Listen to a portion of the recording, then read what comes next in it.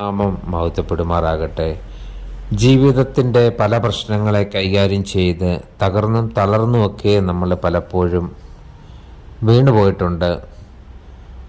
അപ്പോൾ ഇവിടെ എല്ലായ്പ്പോഴും ദാവീദ് തൻ്റെ ജീവിതത്തിൻ്റെ കാലഘട്ടത്തിൽ എന്തായിരുന്നു ചെയ്തതെന്ന് നമുക്ക് 2 ശമൂവേലിൻ്റെ പുസ്തകം 5-ാം അധ്യായത്തിൻ്റെ 10-ാമത്തെ വാക്യത്തിലൂടെ പഠിക്കാം.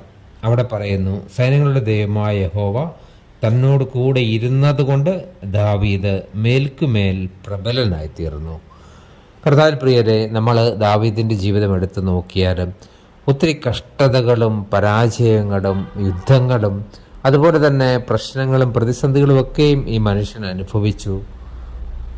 അപ്പോൾ എല്ലായിടത്തും ഇദ്ദേഹത്തെ വ്യത്യസ്തനാക്കുന്നത് കർത്താവിനോട് ആലോചന ചോദിച്ച് ദൈവത്തെ കൂടെ, അതായത് ദൈവത്തിൻ്റെ കൂടെ നിന്നാണ് അദ്ദേഹം ഓരോ കാര്യങ്ങളും ചെയ്തത്. അപ്പോൾ ഒരു ദിവസം കൊണ്ട് രാജാവായിട്ട് അധികാരമേറ്റവനല്ല ഈ ദാവീദ്. അതിനുവേണ്ടി കർത്താവ് ദാവീദിനെ കുറേ സാഹചര്യങ്ങളിലൂടെ കടത്തിവിട്ടു. അപ്പോൾ അവിടെയെല്ലാം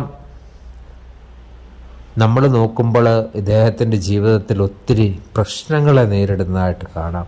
ഇവയൊക്കെയും പിന്നീട് തൻ്റെ ജീവിതത്തിൽ, തൻ്റെ ഭരണത്തിൽ അത് കാഴ്ചവെക്കുവാൻ അദ്ദേഹത്തിന് സാധിച്ചു. അപ്പോൾ ഇതിൻ്റെയൊക്കെ അടിസ്ഥാനം ദൈവത്തിലുള്ള ആശ്രയവും ദൈവം കൂടെയുണ്ടെന്നുള്ള ഏറ്റവും വലിയ വിശ്വാസവും ഈ ദാവീദിനുണ്ടായിരുന്നു. ഓരോ കാര്യങ്ങളും കർത്താവിനോട് ആലോചന ചോദിച്ചതിന് ശേഷം മാത്രമാണ് ദാവീദ് ചെയ്തിരുന്നത്. പ്രാർത്ഥനയുള്ളൊരു ജീവിതമായിരുന്നു അദ്ദേഹത്തിൻ്റെത്. ഇന്ന് കർത്താവായ യേശുക്രിസ്തുവിൽ വിശ്വസിക്കുന്ന നമുക്കും ജീവിതത്തിൽ ഏത് പ്രശ്നങ്ങളായിക്കോട്ടെ, ഏതെല്ലാം സാഹചര്യങ്ങളോട് കടന്നു പോയിക്കൊള്ളട്ടെ, പൂർണ്ണമായിട്ടും ദൈവത്തിൽ ശരണപ്പെടാം.